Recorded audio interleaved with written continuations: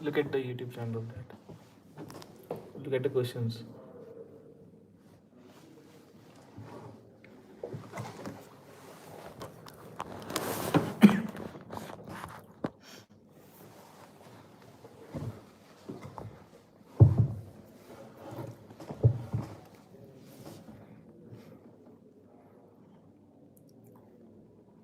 Are we live? Yep. Cool. We'll wait. We'll just wait.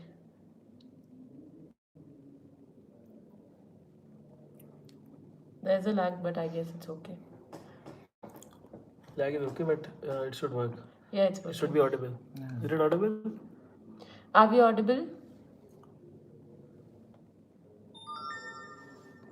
So rotate it like this because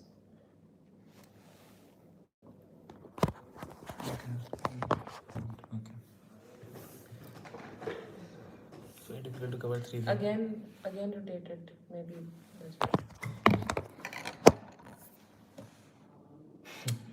No, it's not.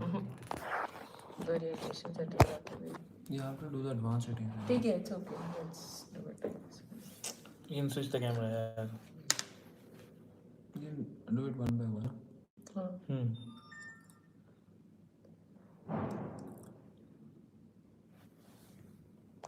Okay.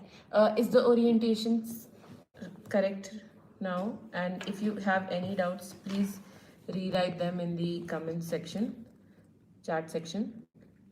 And are we audible? We're so sorry for the inconvenience. There has been a network issue. We really want to take the session, but okay. Okay. Hi. Hello. So we were talking about the please start asking doubts.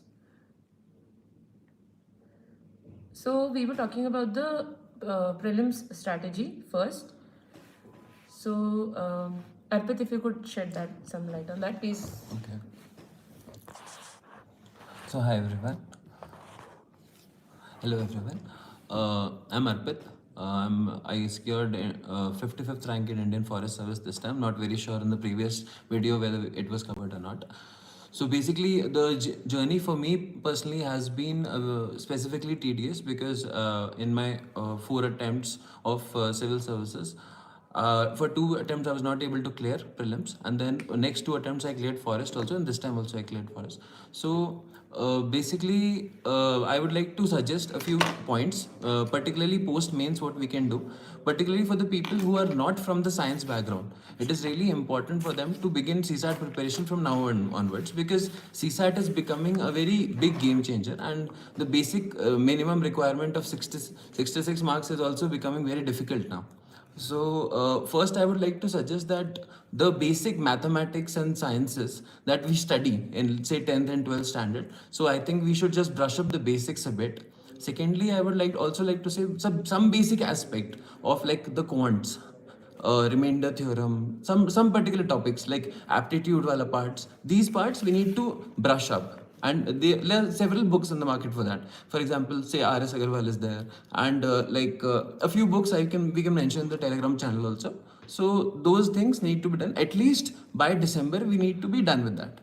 And I think proper GS preparation, that is a totally different ball game. So for that we need, of course, you people have also seen that across time. For example, you need to revise again and again regarding the same topics, and for example, you need to take specific areas which are very benefit giving. For example, the environment part comes a lot, so we need to brush up that again and again. For example, I used to do Shankar, so you can have your own specific part, and then you can revise it again and again. Make short notes, and with respect to ancient, medieval, modern, do not miss out on these particular aspects, because these days questions are repeating in these. And apart from all this, like apart from the revision part, there are many more things that we need to do. For example, UPSC basically, there are certain types of options that are becoming correct in UPSC, and you need to see that pattern. So you need to study the previous year questions very well for that. So this is all I would like to conclude. And also, could you please shed some light on how many mocks are we required to do And do these mocks really help? For example, we've seen that in the recent times, the UPSC paper has been set in such a way that the elimination techniques have been totally eliminated. So I'll ask Shivang now if he could shed some light on that.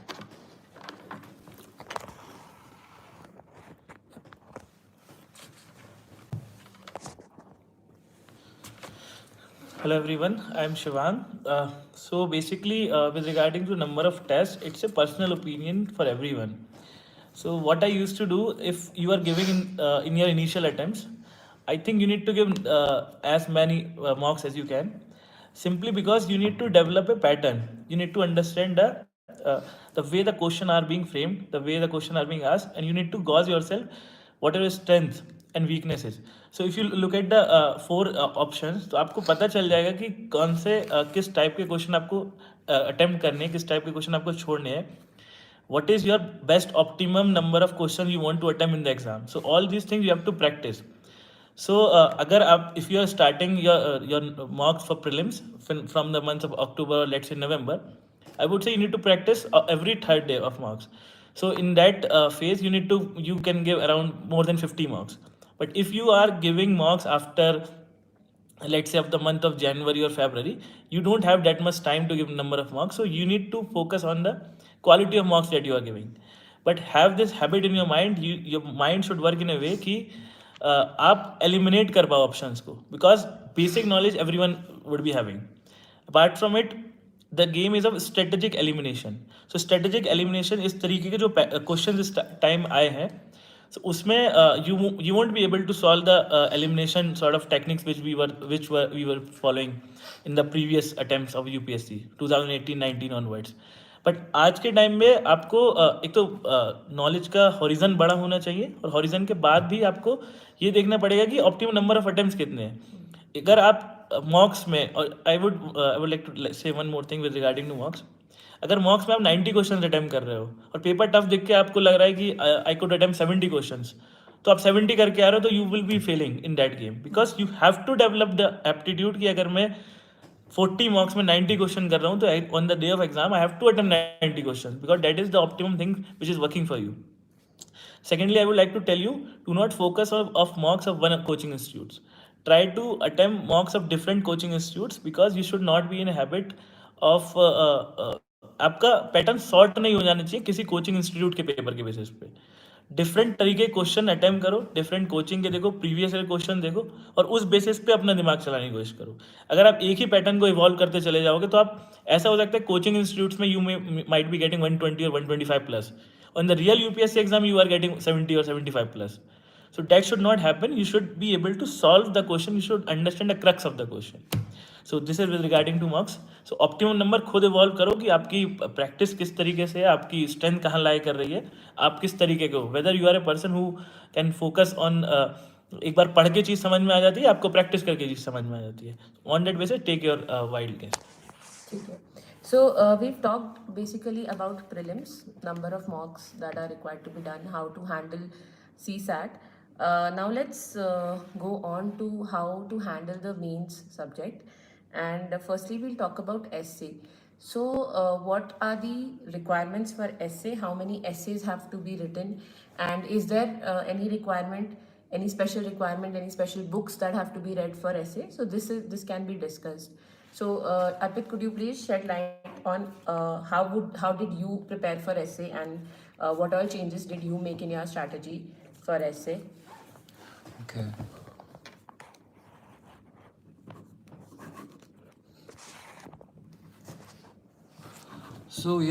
So I think essay is a very big game changer with respect to UPSC these days, particularly क्योंकि GS4 और essay में ही major differences आते हैं. If you look at the marks range, GS3 पूरा saturate हो चुका है, उसमें 85 to 95 की range में पूरे marks बढ़ जाते हैं. But GS2 में भी उतना ज़्यादा change नहीं आता है if you see the selected people. But essay and GS4 are really important. और अभी यही time है. आपने means दिया है इस बार या आपने नहीं दिया है, does not matter. But this particular period of next 3 to 4 months, इस टाइम अगर आप ऐसे में एक लीड ले लेते हैं, तो अभी अब यही जो लोग हैं जो लीड ले लेते हैं, यही अगली बार रैंक भी निकालेंगे, and this is very much apparent with my experience, I can tell you. So with respect to essay, with respect to my particular experience, एक चीज़ जो हमेशा हेल्प की है कि keep it very very structured, that whatever thoughts you are putting forward and whatever ideas that you are thinking कि मैं opposite वाला भी एक आइडिया दूँ, मैं प्रो के भी कंटेक्स्ट में आइडिया दूँ, मैं डाइवर्स आइडियाज भी दूँ, ये सब कुछ जो है बहुत स्ट्रक्चर्ड वे में होना चाहिए. ठीक है. सेकेंड, आई वुड से कि यूपीएससी का जो पैटर्न है वो देखते रहिए, क्योंकि what is happening this time, इन लोगों ने last time all the essays were abstract, if you see this time along with abstract knowledge based essays was also there. So यहाँ पे preparation will be a major game changer. अगर आपको जिस वजह से बस साइंस का आया था, मैथमेटिक्स का आया था, so like if you have the knowledge then you can really change the game in that. So that is one part. Third, I would say कि intro और conclusion जो है वो बहुत important है. तो उसमें उसके लिए आप अपने खुद का एक स्टोरी का पैटर्न रख सकते हैं, आप अपनी क्रिएटिव स्किल्स यूज कर सकते हैं, कैसे आप उसको गढ़ते हैं, that is the most important thing. And जो कंक्लूजन है उसमें आप बहुत सारे कोट्स वगैरह जो टॉपर्स के नोट्स हैं उससे कोट्स उठा सकते हैं और डायरेक्ट पुट इन कर सकते हैं. So that's what I did and that did work for me a lot. Thank you. I would like to add one more thing with regarding to essay, because in my initial attempt I didn't score well in the essays, but after in my third attempt I scored fairly well. So essay में एक दो चीज़ आप ध्यान रखिए कि you should have a very good kitty of quotes in your pocket. So उससे क्या होगा कि no matter what sort of essay is there with you, you will always have some points to some brownie point जिससे आपको एक दो marks extra fetch कर पाएंगे. दूसरी चीज़ है कि I am from non humanity background पर, I am telling about for those people, क्योंकि ह्यूमैनिटी बैकग्राउंड के लोगों के पास एकदम फ्लो होता है, नॉन ह्यूमैनिटी बैकग्राउंड के लोगों के पास फ्लो नहीं होता, वो मैकेनिकल और स्ट्रक्चर्ड अप्रोच में ज़्यादा बिलीव करते हैं. So structure approach is good, but if the structure approach become mechanical, it become disaster for essay. So you need to ensure कि आपके एसे में फ्लो बना रहे हमेशा. ऐसा नहीं होना चाहिए कि आप बिल्कुल जीएस की तरह आंसर लिख रहे हो, politically, economically, socially, culturally, technically. ऐसे अगर हो गया इससे तो वो समझ जाएगा कि it is just an extended version of your GS answer. So keep this thing in your mind. Plus what I used to do for essay was that I used to take out the previous year questions. अब देखिए उसके अंदर ना कुछ कुछ ऐसी चीज़ें होती हैं जो थीम्स सिमिलर होते हैं, रिपीट पे होते हैं जैसे थीम्स. तो जैसे चेंज का थीम हो गया, ऑनेस्टी, इंटेग्रिटी, और मतलब एक तरह से एक जैसे क्वेश्चन आया था कि a ship has to go out of the harbour. तो वो चीज़ें जो है ना चेंज की, जो बेसिकली एडवेंचर की हैं या फिर ऐसी कॉमन थीम्स हैं, तो उस पर आप क्या कर सकते हैं कि आप ब्रेनस्टॉर्मिंग कर सकते हैं. तो I use to find out instances जो उस टाइम पे चल रहे हैं, करंट अफेयर्स में से कोई इंस्टेंस हो गया या फिर एथिक्स के कोई एग्जाम्पल हो गए, तो वो चीज़ें हम ऐड कर सकते हैं. तो ज़रूरी नहीं है कि आप बहुत सारे एसेज लिखें if you are not really good at it. तो what you can do is brainstorm a lot of essays. तो एटलीस्ट 20 एसेज तो I use to brainstorm, उसके नोट्स बना लिए, तो फिर वही पॉइंट्स रिपीट हो सकते थे सब चीज़ों में. देन आफ्टर दैट अब जीएस का जो पेपर इस बार आया है, GS 1, 2, 3, a lot of it has been from the previous year question. apart from GS 1 का जो मैंने पेपर देखा है वो काफ़ी हद तक थोड़ा सा चेंज है उसके अंदर. And UPSC has started asking a little more specific and interrelated questions.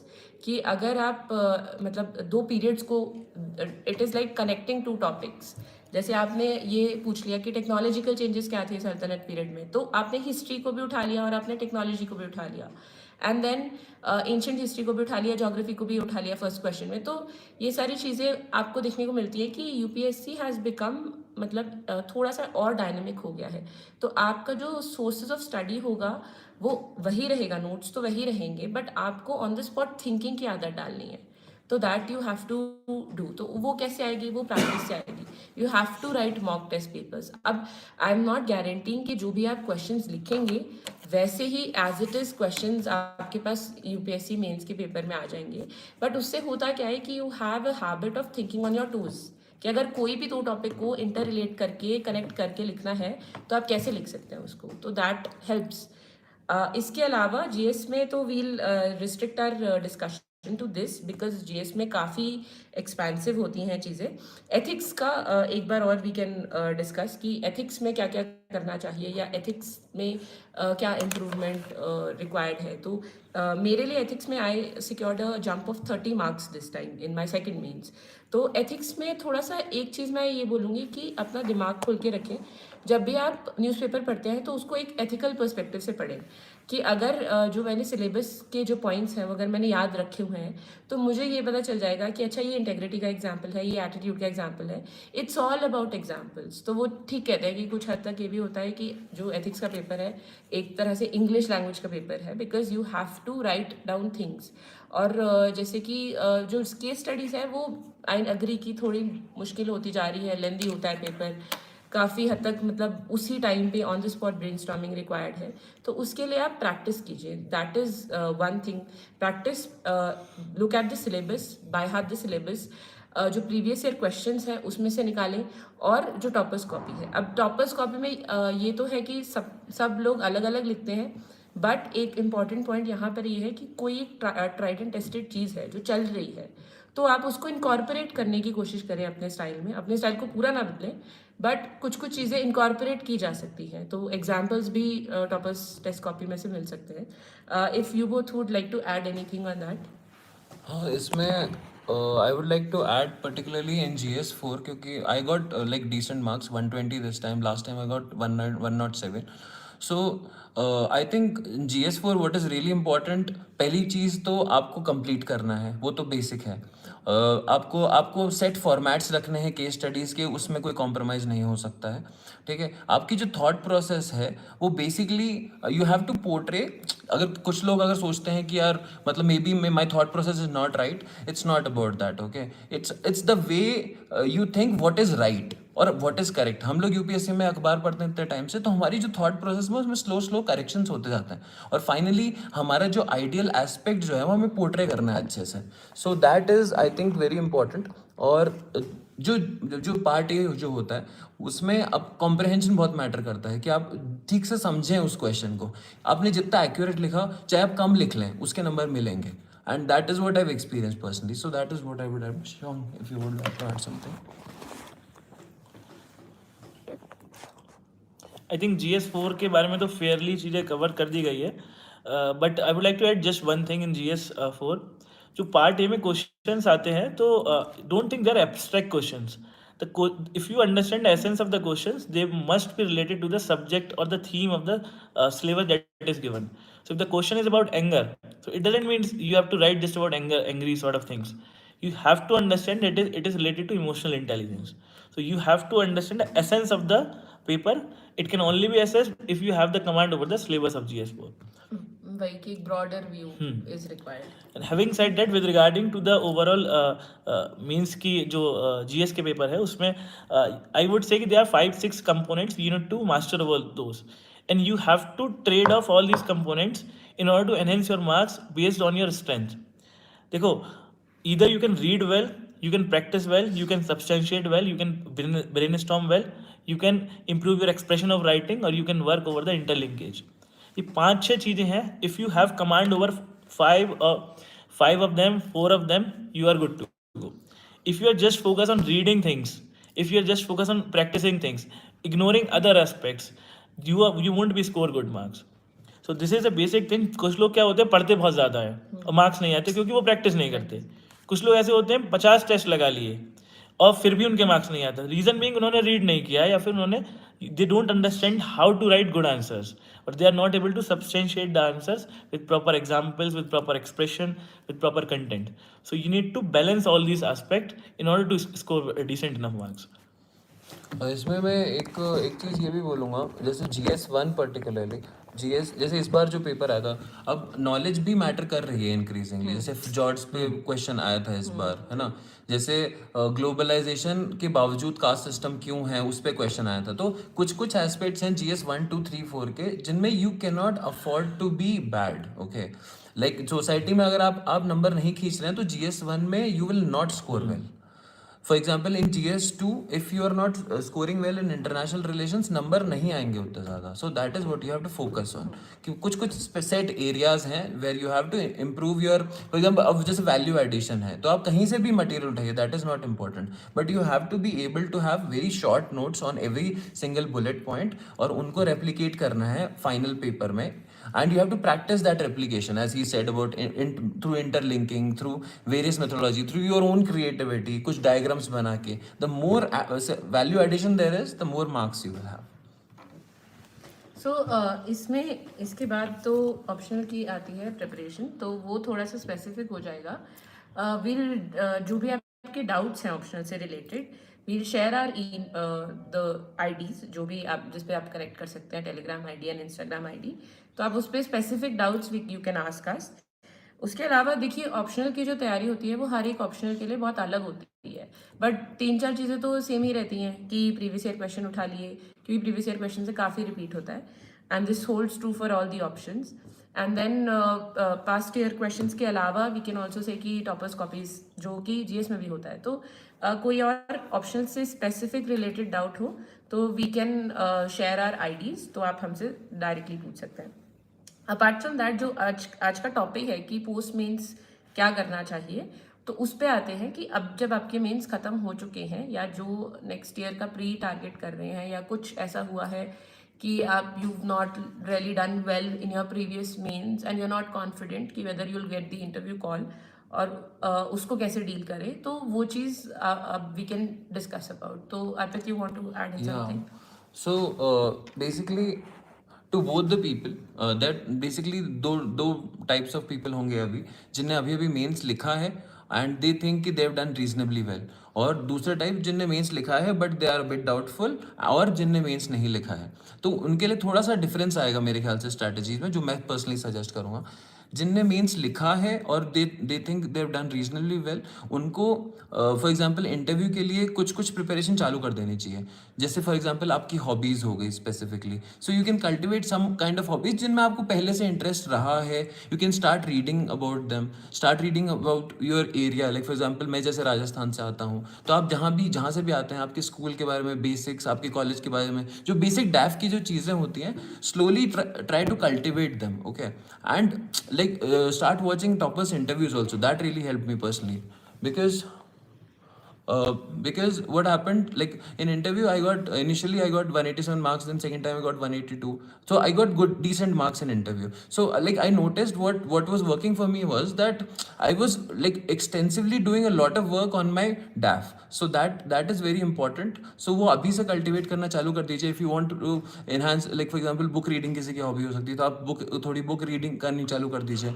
और आप अगर सपोज आप एंगेज करते हैं वॉलीबॉल में, for example volleyball was one of my hobbies, so like you can read about the best players that they are, the skills that are really important, what you really find interesting about it, just delve into it. Okay, so that is one part कि जो जिनने mains लिखा है and they think that they are comfortable about it, and मतलब mostly हो जाना चाहिए. और जो रेस्ट ऑफ द पीपल हैं उनके लिए मैं बस ये कहूँगा कि by December in any case आपका ऑप्शनल एक बार हो जाना चाहिए. एंड अगर कोशिश करनी चाहिए इस चीज़ की कि आपका ऐसे का भी थोड़ा काम हो जाए, बिकॉज सी GS1 जो है आपका वो प्रीलिम्स के साथ काफ़ी हद तक प्रिपेयर होगा. ठीक है, so basically your focus right now should be your optional, की ऑप्शनल आप पैक कर दो दिसंबर तक. कोशिश करके ऐसे के भी जो वैल्यू एडिशन वाले पार्ट्स हैं उनको कर दो. Paper 2 and 3 you can focus on. ठीक है, this I think you should do by January. Paper 2 and 3 आप जनवरी में कर सकते हैं, दिसंबर तक ऑप्शनल पैक कर सकते हैं. And after that of course आपको, क्योंकि because you people have cleared prelims before, so आप फरवरी से भी प्रिपरेशन चालू करेंगे तो you will be able to clear prelims. Obviously you should have the confidence to do that is the first thing. So that is what I would suggest for post mains preparation. Anything you'd like to add, Shravan? I would like to add 2-3 things here. See, the person who have not appeared in this means they can just go with the flow. जो आपने strategy बनाई है पहले से, you don't have to change any strategy. You just have to prepare for your means as if you were giving means. ठीक है, उस तरीके से आप पढ़ते रहो, कोई इसमें आपको change नहीं करना है. The person who have given means this year, I would like to give 2-3 very serious advice to them. See, you have given mains and you were giving mains, you were giving prelims 3 years ago, 3 months before. So you guys must be very fatigued with the kind of course of UPSC preparation. So having said that, you need to first of all focus on your fitness, because in interview fitness do matters. The way you think, the way you interpret questions, and the way you answer, it really helps a lot. Secondly, fitness and all these relaxation activities should continue hand in hand along with your preparation. Do not neglect the preparation at any cost. You need to be on your toes as always. So don't think कि अगर आपका बहुत अच्छा mains गया है तो you are in the list, and if you are thinking कि आपका मेंस खराब हुआ है तो you are out of the list. There's a high possibility कि even if you can score very good marks in interview, that can decide your rank, that can decide your selection, that can decide your cadre. So just focus कि अभी क्या कर सकते हो. सो एक तो अपना फिटनेस पे काम करिए, जो कि आपकी जो सोशल लाइफ है थोड़ा उसमें एक्टिव होइए. दूसरी चीज, try to analyse the mistakes that you have committed in the mains. Everyone have this bent of mind कि थोड़ा तो कुछ और अच्छा हो सकता था. सो फोकस ऑन डैट कि थोड़ा क्या अच्छा हो सकता था, उसको एनालाइज करिए एंड ट्राई टू फोकस थोड़ा थोड़ा उस पर वैल्यू एडिशन करने की कोशिश करिए. Secondly, you can always focus on your optional subject, because even if your optional is from your graduation or academics, what you have to do, interview में optional से question पूछे जाएंगे आपके, और अगर वो आपका graduation है, so you need to have a thorough command over that. So अपने optional पे focus करिए and that is going to help you. अगर आपको next time rank improvement के लिए या फिर next time ज़रूरत पड़े पेपर लिखने की means की, so optional की तैयारी बार बार नहीं होती, और it requires in depth research और in depth efforts to focus or to have a strong hold over the optional. तो थोड़ा सा आप ऑप्शनल की तैयारी कर सकते हैं. और अभी आपने पेपर लिखा है तो आपको पता होगा कि किस चीज़ में वैल्यू एडिशन और हो सकता था. Perhaps you are missing few examples, perhaps you are not able to recall the exact definition that you want to write in the exam. So try to focus on थोड़ा थोड़ा सा चीज़. बहुत ज़्यादा in depth study नहीं करनी है अभी, बहुत ज़्यादा अपने आप को थकाना नहीं है, क्योंकि once you got an interview call you have to be very very sharp throughout the day. You need to focus a lot at that point of time. So अभी आराम से पढ़ते रहो, सारी चीज़ें साथ लेके चलो, बट ऐसा नहीं होना चाहिए बिल्कुल रिलैक्सेशन मोड में आकर कुछ नहीं पढ़ा, फिर इंटरव्यू के टाइम में it will be very difficult for you to focus again on studies. Right. बस वही है कि वील समराइज दिस कि focus on your physical fitness. The thing is that as UPSC aspirants we are accustomed to sitting at home and studying. तो हमारी वो जो socialization skills हैं या किसी से बात करने की conversation skills हैं वो ख़त्म हो जाते हैं effectively. तो और इंटरव्यू में we need that kind of thing, we need that kind of confidence. तो socialize तो and also keep in touch with the news, क्योंकि अगर आप वो एक अंदर से confidence ख़त्म हो जाता है if you're not in touch with news. तो 1 घंटे में मतलब जैसे न्यूज़पेपर पढ़ लिया या कोई करंट अफेयर्स की वीडियोस देख ली, डू दैट. एंड ऑप्शनल तो इन एनी केस अगर आपको इंटरव्यू करना है तो उसके लिए भी चाहिए, मेंस अगर दोबारा देना है तो भी चाहिए, तो फोकस ऑन ऑप्शन. तो 4 चीज़ें रहेंगी. और लाइक अर्पित सेड कि हॉबीज़ का बहुत बड़ा रोल है, क्योंकि इवन आपके सिलेक्शन होने के बाद भी hobbies are something that anchor you down. तो they kind of give you a routine in life. तो डू हैव गुड हॉबीज़. जैसे एक अर्पित ने कहा कि कुछ कुछ हॉबीज़ होती हैं the doing part of it, like the sport it, जैसे क्रिकेट, बैडमिंटन, वॉलीबॉल. एंड कुछ कुछ होती है the thinking part of it, जैसे बुक्स पढ़ ली या फिर कुछ ऑब्जॉर्व कर लिया, म्यूजिक सुन लिया. तो ये सारी चीज़ें try to cultivate these hobbies in your life, they help you eventually. इसके बाद will not take much time and then we'll start with the doubts that you've asked. तो एक एक करके we'll take up doubts और alternatively we can answer. तो सबसे जो recurring doubt मुझे मिल रहा है वो CSAT की preparation का है शेख फौजिया के थ्रू. तो अर्पित, जैसे अर्पित ने बोला कि कुछ कुछ बेसिक टॉपिक्स होते हैं उनको कवर करने हैं. I have also shared my CSAT notes on my Telegram channel का लिंक भी मैं आपको इसी में दे दूंगी. तो उसमें भी मतलब वो चीज़ें लिखी गई हैं, तो आप उसमें से भी पढ़ सकते हैं. Anything else you would like to add Arpit? I would like to add कि देखो there are specific books that are coming for CAT also. ठीक है, थोड़ा सा बेसिक अमाउंट सबका पता होना चाहिए. As I mentioned some things, reminder theorem या फिर फॉर एग्जांपल क्वांट एप्स हो गया, या फिर टाइम डेट वाले क्वेश्चंस हो गए, या फिर For example, some formula based questions are there, mensuration based questions are there, volume based कि इसको यहाँ डाला, this much percentage reduced, so what will be the net percentage. So you have to get a hang of doing them very very fast. And also I would like to suggest to those people who are very good engineers. I have been a good engineer, so I can tell you this. CSAT में आपको English करनी पड़ेगी. You might be very good at maths, but still the level of CSAT that is coming these days, you have to focus on English.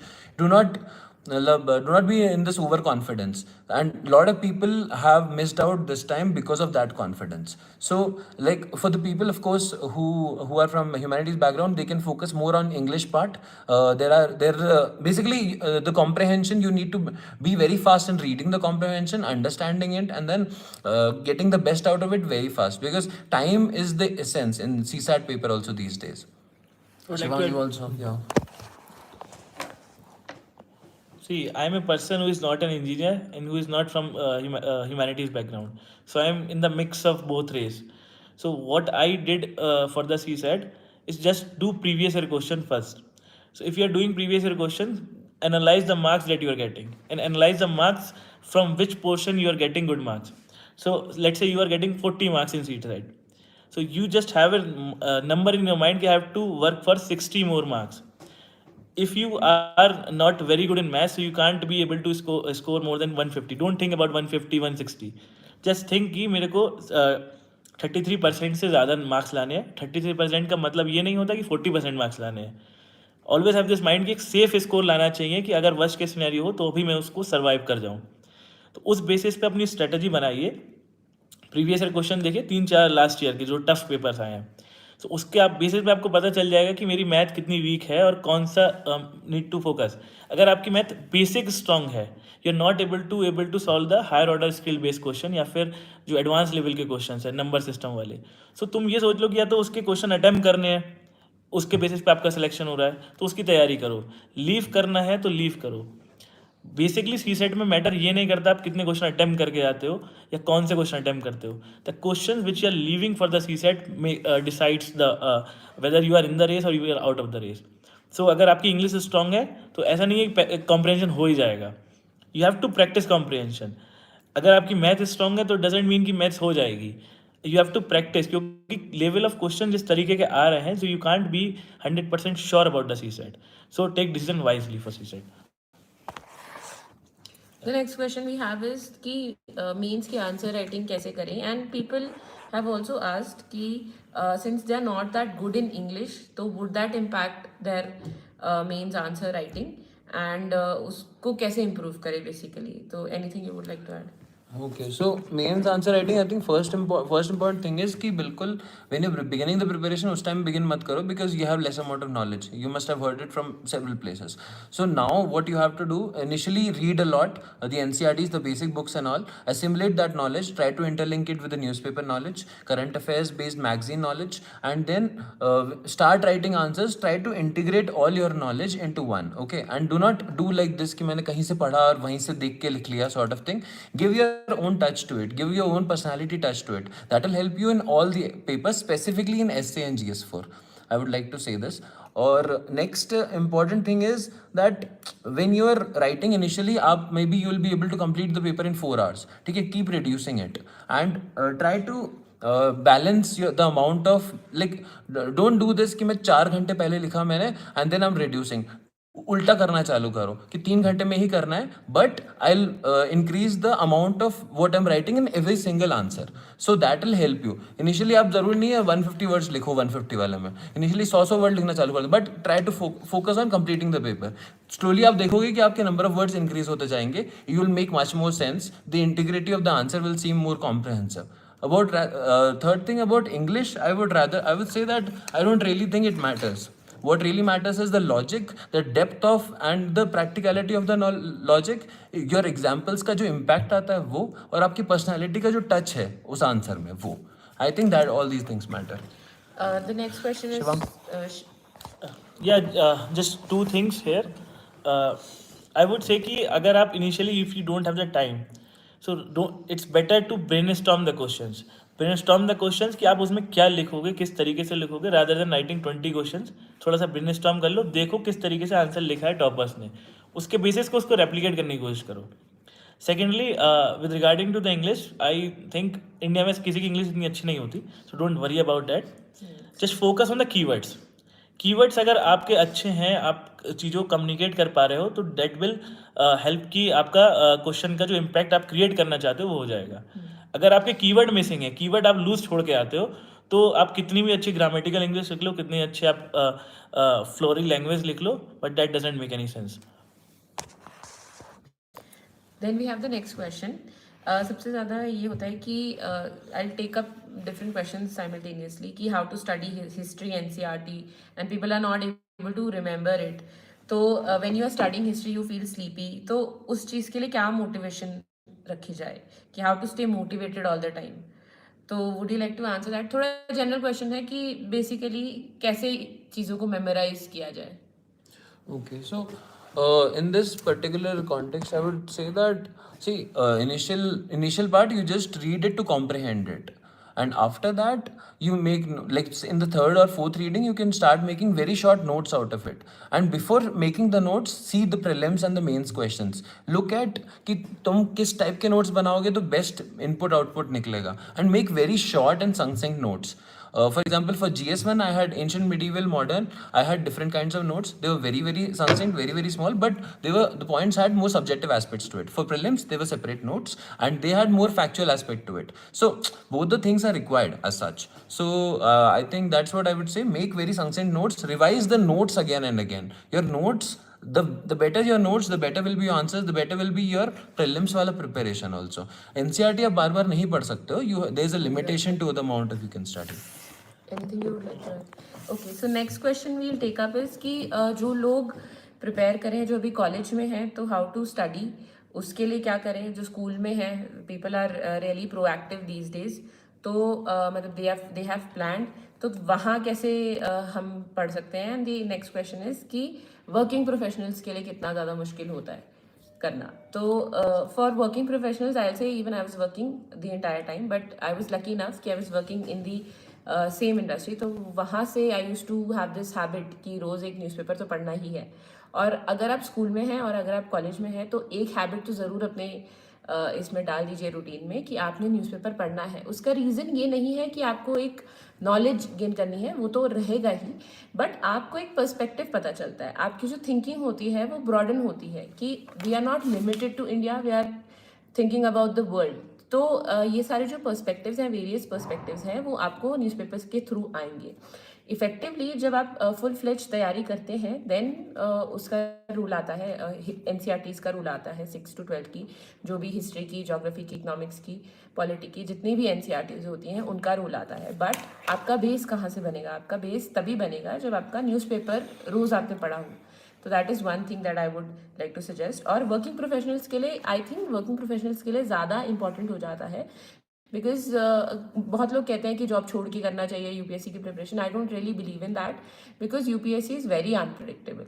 And दो चीज़ें इसमें होती हैं कि अगर आपका नहीं होता तो you still have a backup plan, plan B हमेशा आपके पास रहेगा.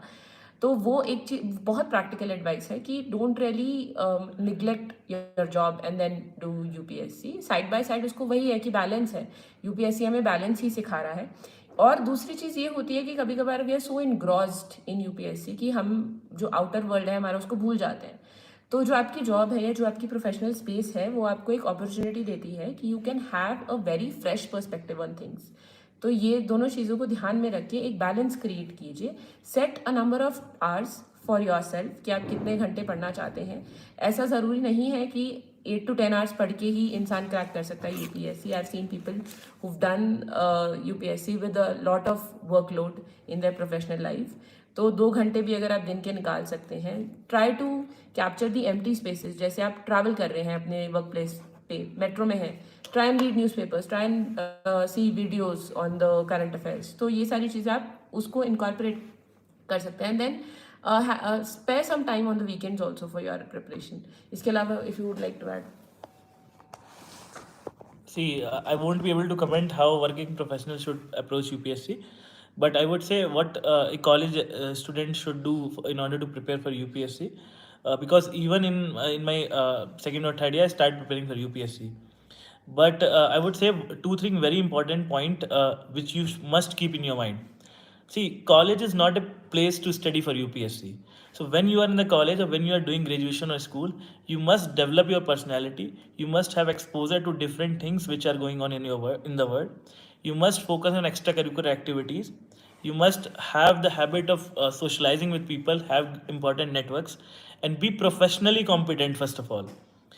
After that, if you are able to have time after doing all these things, start preparing for UPSC. College में अगर यूपीएससी की तैयारी कर रहे हो तो ये नहीं है कि आपको 10 घंटे पढ़ना है. You should have a bit of amount of time कि रोज के 2 घंटे पढ़ना है, 4 घंटे पढ़ना है, और वीकेंड्स में you can increase the number of hours.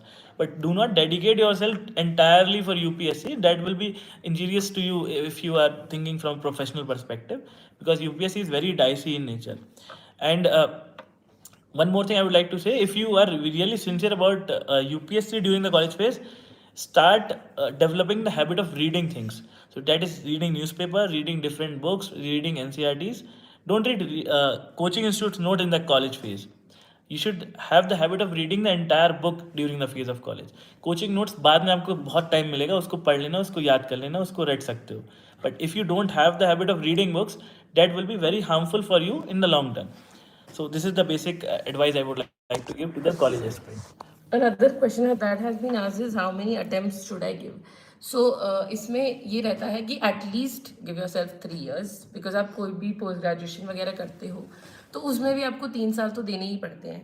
तो at least give your self that time, because अब आप देख सकते हैं कि प्रीलिम्स कितना ज़्यादा अनप्रडिक्टेबल हो गया है, और इस चीज़ की वजह से you might have the competence but you don't have the opportunity to give the mains. तो इस वजह से जस्ट मतलब उसके बाद इवन आई डोंट सजेस्ट कि ज़्यादा अटेम्प्ट्स दो, because you must focus on what is important for you in your life. तो प्रायोरिटीज़ प्लीज सेट कीजिए. इसके अलावा कुछ if you want to add, एक और क्वेश्चन है sir, how to overcome the fear of failing. Okay, this is something that. Okay, so I'll go with that because one of the major it is one of the realities of UPSC that it is very unpredictable. So I think the major thing, like we read so many quotes here and there, right? We read about books and big authors telling us you can win and all the motivational kind of thing. It is here that all this helps, all this philosophy that karm kar and phal ki chinta mat kar and all that. See, it's very difficult to do that, I understand, but ultimately you have to shut off the part of the brain that is afraid of failure, and you have to focus that what is in your control is only your hard work, and you're doing the best of the maximum rational you can be with respect to this exam is that you are doing the same thing as the toppers did. You are going through the same journey. You have all the potential in the world. Have faith in the people who have faith in you. Trust your own potential.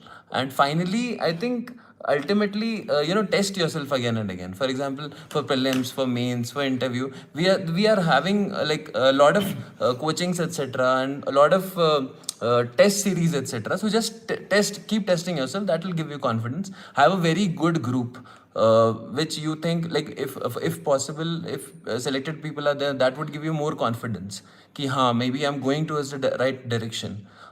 So I think all these things do help in your building up your confidence. And trust me, every single person who is preparing for this particular exam is in the same boat. It is all the uncertainty is there. In prelims, a different kind, mains, a totally different kind, and interview, So my point is that have faith in the Almighty at some level, and I think this faith will sail you through. Thank you. Then there's another question. So this is a very pertinent question among the minds of a lot of people कि अगर UPSC नहीं होगा तो क्या करेंगे. So I do believe in one thing कि you should always have positive attitude and optimism in you कि अगर हो गया तो भी तो अच्छा होगा ना. So I would say your zeal to win should be greater than the fear of failure. If you have that much in you, then